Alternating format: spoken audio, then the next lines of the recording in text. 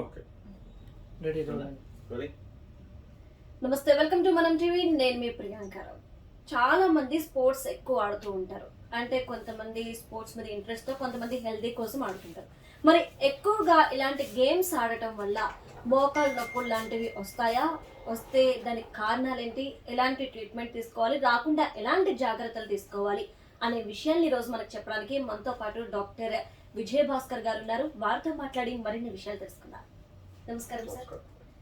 Sir, ముఖ్యంగా మనం shuttle ఆడినప్పుడు మోకాలు నొప్పులు రావడం అనేది కామనా? అసలు ఎందుకు వస్తుంది? ఎలాంటి జాగ్రత్తలు తీసుకోవాలి రాకుండా? అబ్సల్యూట్లీ రైట్ అండి. మోకాలు అనేది మోస్ట్ యాక్టివ్ జాయింట్ బాడీలో. తద్వారా మనకు ప్రతి మూమెంట్లో కూడా నీ అన్నది ఒక హింజ్ జాయింట్ లాగా యాక్టింగ్ ఉంటుందండి. ఆ హింజ్ జాయింట్ అంటే మనము ఇలా హింజ్ ఎలా ఉంటుంది, ఇలా తీసి ఓపెన్ చేసేంత హింజ్ జాయింట్ ఉంటుంది. కానీ ఈ స్పోర్ట్స్ యాక్టివిటీస్లో రొటేషనల్ మూమెంట్స్ ఎక్కువగా వస్తుంటాయి. ఈ హింజ్ జాయింట్లో రొటేషన్ మూమెంట్ వస్తుంది. సో మీరు ఇది నీ జాయింట్ తీసుకోండి. దీనిలో ఇది హింజ్ జాయింట్ అంటాం, ఇలా ఓపెన్ అయ్యి క్లోజ్ అవ్వడం అనేది. అదే మనకు ఈ స్పోర్ట్స్లలో ఎనీ స్పోర్ట్స్, స్పెషల్లీ షటిల్ ఆడేటప్పుడు ఈ రొటేషనల్ ఇంజురీ ఎక్కువగా ఉంటుంది. ఈ రొటేషనల్ ఇంజురీ వలన మనకు ఈ లిగమెంట్ ఏదైతే ఉందో ఈ లిగమెంట్ చాలా ఇంపార్టెంట్. దీన్ని కొలాటరల్ లిగమెంట్ అంటాం. మళ్ళీ ఇటు మీడియల్ సైడ్, లోపల సైడ్, బయట సైడ్ రెండింటికి రెండు లిగమెంట్స్ ఉంటాయి. లోపల మీరు చూడండి, ఇది ఏసిఎల్ యాంటీరియర్ క్రూషియేట్ లిగమెంట్ ఉంటుంది. ఇది పీసీఎల్ పోస్టియర్ క్రూషియేట్ లిగమెంట్. ఈ లిగమెంట్స్ చాలా ఇంపార్టెంట్ రోల్ చేస్తాయి. దానికి తోడు మీరు ఈ ప్లేట్స్ చూడండి, ఈ మెనిస్కై అంటాం. ఈ రెండు సాఫ్ట్ ప్లేట్స్ బోన్స్ మధ్యలో ఉంటాయి. ఈ రొటేషనల్ ఇంజురీలో అవి డ్యామేజ్ అయ్యాయి. అంటే ఏసిఎల్, పీసీఎల్, కొలాటరల్ లిగమెంట్, మళ్ళీ మీకు మెనిస్కై.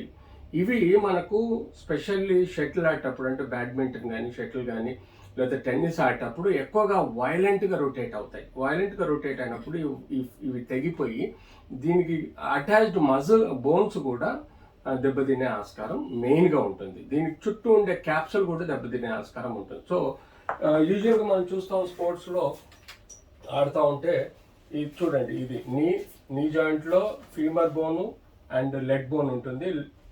ఫీమర్ ఆ రొటేషన్ ఎప్పుడైతే మనం బ్యాట్ కొట్టే ప్రయత్నం చేస్తామో అప్పుడు వైలెంట్గా మనం థై బోన్ని ఇంటర్నల్గా రొటేట్ చేస్తాము, కాలు బోన్ని ఎక్స్టర్నల్గా ఇలా ఆపోజిట్ డైరెక్షన్లో మూవ్ అవుతాయి ఈ జాయింట్లో. సో అప్పుడు ఏమవుతాయంటే దీని చుట్టూ ఉండే లిగమెంట్స్ ఇందాక చూపెట్టినట్టుగా అవి కట్టే ప్రమాదం ఉంటుంది. ఇందులో మెనిస్కస్ అని ఇంపార్టెంట్ పార్ట్ ఉంటుంది, అది కూడా డ్యామేజ్ అయ్యే ఆస్కారం కూడా ఉంటుంది. సో దీన్ని మనము ఈ రొటేషన్ ఇంజురీస్లో అవుతాయి. సో మనం ఎప్పుడైనా ఈ షటిల్ కానీ, బ్యాడ్మింటన్ కానీ, టెన్నిస్ కానీ ఆడేటప్పుడు ఫస్ట్ అండ్ ఫార్మోస్ట్ ఇవన్నీ టెక్నికల్ స్పోర్ట్స్ అంటారండి. టెక్నికల్ స్పోర్ట్స్కి మనం చాలా జాగ్రత్తగా ఉండాలి. టెక్నికల్ స్పోర్ట్స్లో ముఖ్యంగా ట్రైనింగ్ అయిన తర్వాత ఆడే ముందు వార్మప్ ఎక్సర్సైజ్ చేయాలి. వార్మప్ అంటే మనము జనరల్ ఎక్సర్సైజ్ ఏదైతే సప్పుల్ ఫర్ ద జాయింట్, అంటే జాయింట్ యాక్టివ్గా తయారవడానికి, జాయింట్ స్ట్రాంగ్గా తయారవడం అంటే దాని చుట్టూ ఉండే మజిల్స్, లిగమెంట్స్ ఏవైతే ఉంటాయో వాటిని బలోపేతం చేయాలి. ఇప్పుడు ఈ మజిల్స్ అవన్నీ బలోపేతం చేయకపోకుండా మీరు డైరెక్ట్ స్పోర్ట్స్లో వెళ్ళినప్పుడు ఏమవుతుందంటే అన్టువర్డ్ మైనర్, మెగా ఇంజురీస్ జరగవచ్చు. మైనర్ అండ్ మెగా ఇలాంటి ఇంజురీస్ జరిగినప్పుడు వార్మప్ చేయని లెగ్కు మజిల్స్, లిగమెంట్స్ వీక్ ఉంటాయి. ఆ వీక్ ఉన్నప్పుడు మనకు ఈ ట్రామా వలన ఎక్కువగా డ్యామేజ్ అయ్యే ప్రమాదం ఉంది. సో పర్టికులర్గా ఏదైనా కొత్త స్పోర్ట్స్, షటిల్ కానీ, బ్యాడ్మింటన్ కానీ, టెన్నిస్ కానీ ఎంచుకున్నప్పుడు దాని తగ్గట్టుగా మీరు ట్రైనింగ్ అవ్వాలి. రిస్క్ జోన్లోకి పోకూడదు. అంటే మనకు ఇష్టం వచ్చినట్టు ఆడడం మొదలెట్టకూడదు.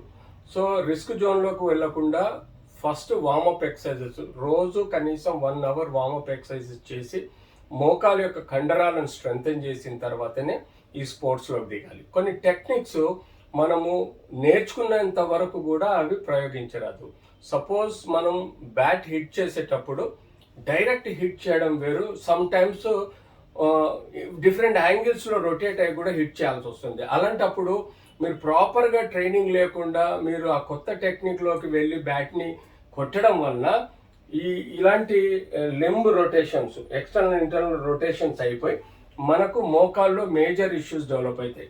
సరే ఈ కొలాటరల్ లిగమెంట్ అంటే మనము రిపేర్ చేసుకోవచ్చు, కానీ ఏసిఎల్ అంటే యాంటీ క్రూషియేట్ లిగమెంట్ ఏదైతే ఉంటుందో అది ఈ యొక్క బోన్ని ముందటికి జారకుండా ప్రొటెక్ట్ చేస్తుంది. ఇప్పుడు ఈ బోన్ ఉందండి, జాయింట్ అనుకోండి, మనకు ముందటికి జారకుండా చూసుకునేదే ఈ ఏసిఎల్ లిగమెంట్. అది మోస్ట్ ఇంపార్టెంట్. కామన్గా అది ఈ వైలెంట్ రొటేషన్ వలన డ్యామేజ్ అయ్యే ప్రమాదం ఉంటుంది. తర్వాత ఈ పీసీఎల్ కూడా మనకు వెనకకు జారకుండా ప్రొటెక్ట్ చేస్తుంది. ఈ కొలాటరల్ లిగమెంట్స్ మనకు సైడ్ వైజ్ జారకుండా ప్రొటెక్ట్ చేస్తుంది.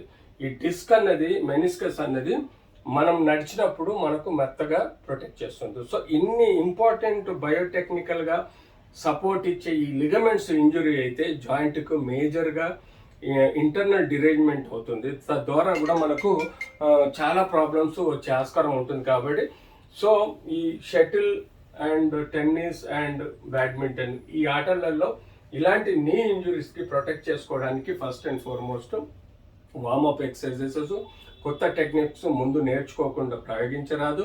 మూడవది రెగ్యులర్గా న్యూట్రిషియస్ ఫుడ్ అంటే vitamin D, calcium and B12 and minerals కూడా సమృద్ధిగా ఉండే విధంగా ప్రయత్నం చేసుకోవాలంటే రెగ్యులర్గా వాటర్ విత్ మినరల్స్.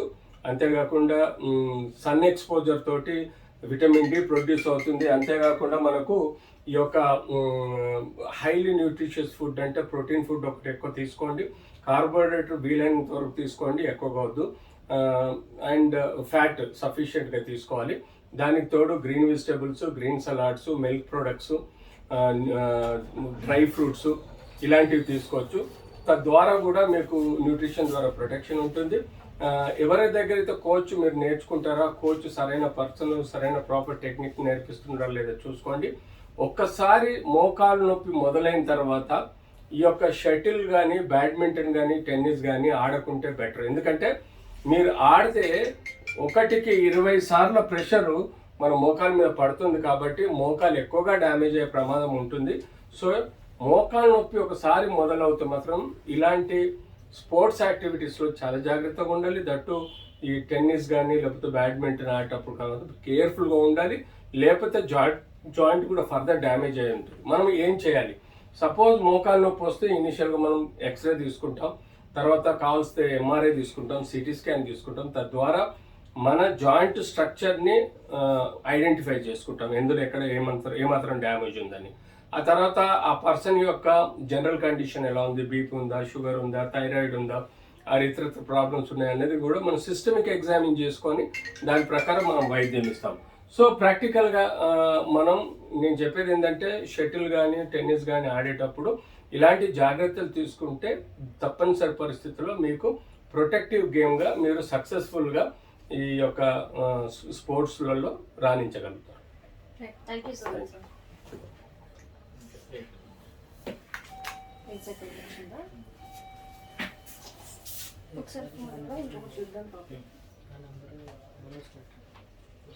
ఒకసారి ఫోన్ ఇవ్వ చూస్తా. సార్ ఎక్కడున్నారు? రైట్, ఎవరైనా వచ్చారు? ఒక ఆయన ఎస్పీ వచ్చి ఉంటాడు, వెంకట్రామన్. చెప్పమ్మా.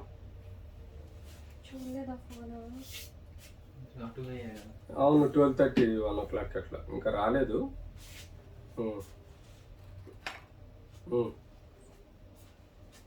1:15 అట్లా రండి. అది ఏమైనా స్టాండర్డ్స్ కొంచెం డిజైన్ మార్చామని చేశారా? ఇప్పుడు కాల్ వచ్చింది నెంబర్ నుండి కొరియర్ది. అచ్చా, ఆల్రెడీ ప్రింటే ఉన్నాయా?